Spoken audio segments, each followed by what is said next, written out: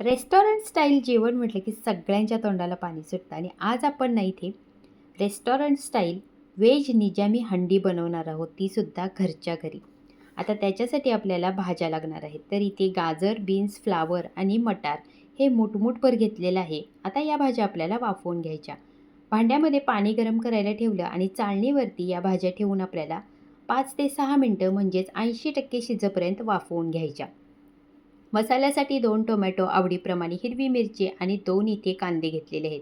त्याच्यासोबतच मूठभर इथे काजूकर आणि 1 तेजपत्ता घेतलेला आहे.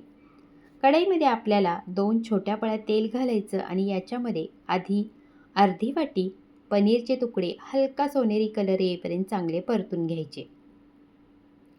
पनीरचे तुकडे हलके सोनेरी झाल्यानंतर याला आपल्याला बाजूला काढून घ्यायचं आणि याच तेलामध्ये मसाल्यासाठी जे साहित्य आपण घेतलं आहे ते सुद्धा परतून घ्यायचं. आता इथे मी तेलात कांदा, टोमॅटो, हिरवी मिरची आणि तेजपत्ता आणि जे काजूगर आपण घेतले होते ते सुद्धा घातलेले आहेत.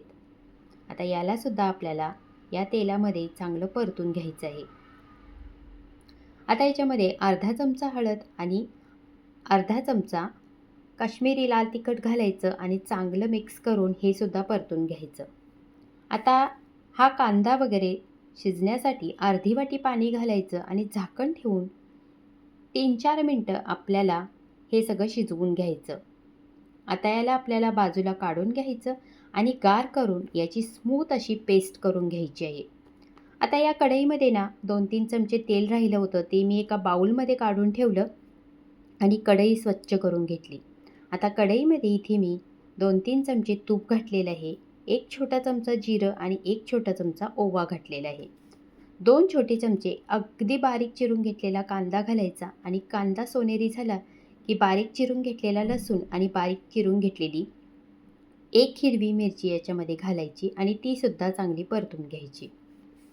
आता आपण याच्यामध्ये घालणार आहोत 1 चमचा बारीक कट करून घेतलेलं आलं किंवा किसून घेतलेलं आलं.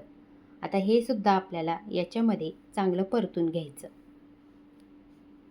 आता माझ्याकडे मूठभर पालक होता, तो सुद्धा मी स्वच्छ करून बारीक कट करून घेतला होता, तो घातलेला आहे. तुमच्याकडे जर पालक नसेल तर तुम्ही पालक स्किप करू शकता. यालासुद्धा मिनिटभर चांगलं परतून घेतल्यानंतर याच्यामध्ये मी अर्धा टीस्पून हळद घातलेली आहे आणि 1 टीस्पून धना जिरा पावडर आणि 1 टीस्पून इथे मी गरम मसाला घातलेला आहे. अर्धा टीस्पून इथे मी लाल तिखट घातलेलं आहे आणि हे सुद्धा आपल्याला तेलामध्ये या तुपामध्ये चांगलं परतून घ्यायचं.